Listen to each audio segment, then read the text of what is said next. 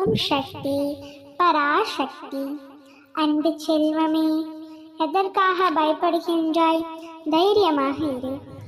அம்மாவை நம்பியிருக்கும் எனது பிள்ளைகளின் மீது எப்பொழுதும் நமது கவனமும் கண்காணிப்பும் இருந்து கொண்டுதான் இருக்கும். அதனால் அச்சதை தவிர்த்து விடு.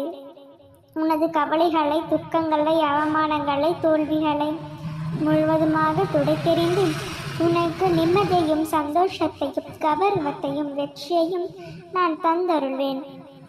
ஒரு நாளும் ஒரு முறையாவது ஓம் சக்தி என்று சொல். மனமொன்று அம்மாவிற்கும் பிடிக்கும். உனது வாழ்வில் இதுவரை இல்லாத ஏற்றங்களையும் மாற்றங்களையும் நான் தந்தருள்வேன். இன்று உன்னால் ஒருவர் மனவேதனைப்பட்டார், நினைவிருக்கிறதா? அதனால் நீயும் பின்பு வருந்தினாய். நம்மால் இப்படி மனம் வேதனை அடைந்து விட்டாரே, அவர் மனம் நோகும் அளவிற்கு நாம் செய்து விட்டோமே என்று வருத்தப்படுகின்றாய்.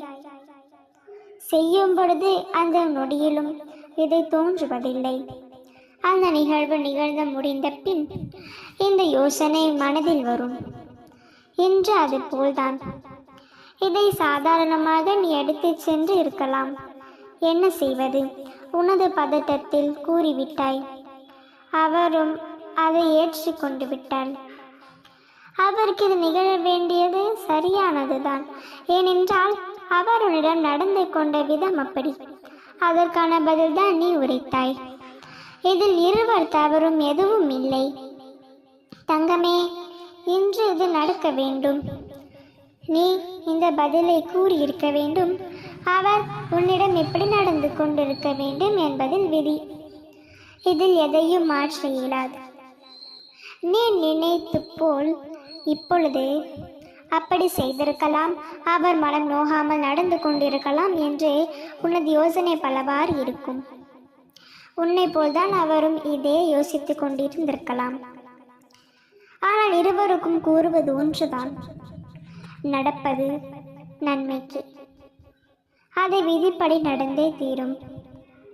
அதில் யாரும் குற்றம் சொல்லவோ குறை கூறவோ முடியாது. நடப்பது அனைத்தும் ஏற்கனவே நிச்சயிக்கப்பட்ட ஒன்று. இன்று இந்த நிகழ்வுகள் நடந்தேறிய ஆக வேண்டும். உனது பங்கு இருக்கிறதே தவிர நீ காரணம் அல்ல. அதனால் நடப்பது அப்படியே ஏற்றுக்கொள். நானும் நடப்பதை அடுத்து பார்த்து கொள்கின்றேன்.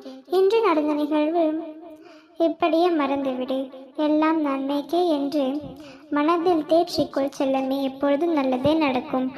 ஓம் சக்தி. ஓம் ஆதி பராசக்தி.